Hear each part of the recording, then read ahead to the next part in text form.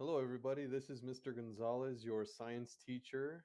I'm either teaching biology or ESL IPC for you this year, and I'm coming at you right now to help you understand how Google Classroom is organized and how we'll be using it this year, so that hopefully you don't end up in a situation where you're not able to find your work or not able to navigate things properly. The first thing I want you to look at is this area over here. These three little lines, the main menu. You've got classes listed out for you. You got a calendar that you can look at. Some people just prefer to have their week at a glance or their month at a glance when they're trying to organize their responsibilities. So that's an option for you right here. Um, you guys won't have this section because these are the sections I'm teaching.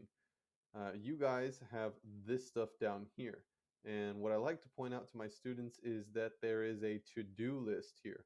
So when you click on a to-do list, I won't have much because I'm just in this library class here. But when you click on it, you'll have all of your classes listed out, and each class has its own to-do list in order of when things were assigned. So older things would be at the bottom, newer things would be at the top, and you can see really clearly what you're missing, what you haven't turned in, and what you are all caught up on. As far as my class goes, the stream, basic announcements, basic updates, checking in, that sort of thing, classwork. This tab is where you will find things that you need to either do, notes you would need to access, things you would need to turn in and submit. And that's all right here organized by topic.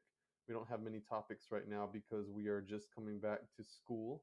And the first subject we'll be on is cell structures. Pretty soon we'll be diving into biomolecules, biological levels of organization, and what prokaryotes and eukaryotes differ on. So going back here to the stream, what I want to draw your attention to immediately is these biology agenda cards. I want this update to stay at the top of our stream for the entirety of the course because this is your agenda for the entirety of the course. When you click on that, you get to this area. Zoom expectations, the schedule in case you forget, also some links or ways to join our Remind group so that you can stay current with us. But then that number two slide will always be the most recent day. That will be the day that you were attending class.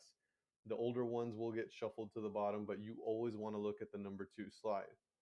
We've got the objective, what you're supposed to be focusing on that day, the itemized list of things that are going on, materials, so you can click here to access things that you are going to need or things you need to join, and Zoom. Zoom links are provided here. So if you're in second period, you click on the second period link and it takes you to the second period Zoom during second period and not before because I will start those meetings, and if I haven't started them, they're not live. So that's how you navigate around for class and how you stay up to date with what's going on in class is with your agenda cards. Always focus on number two. I've got one for my other class. It's very similar. Everything stays consistent. But yeah, that's Google Classroom. And as we go along, if you ever find yourself with any doubts or curiosities, just reach out. Happy to help anybody. And yeah, I don't want you guys staying unorganized or not being able to find help. So for now, focus on the stream, focus on agenda cards, and that's where our important links are. Classwork here in the future when we have assignments organized by topic, and all the way down here, to do. Remember the to-do list, very useful for staying organized and getting caught up on things.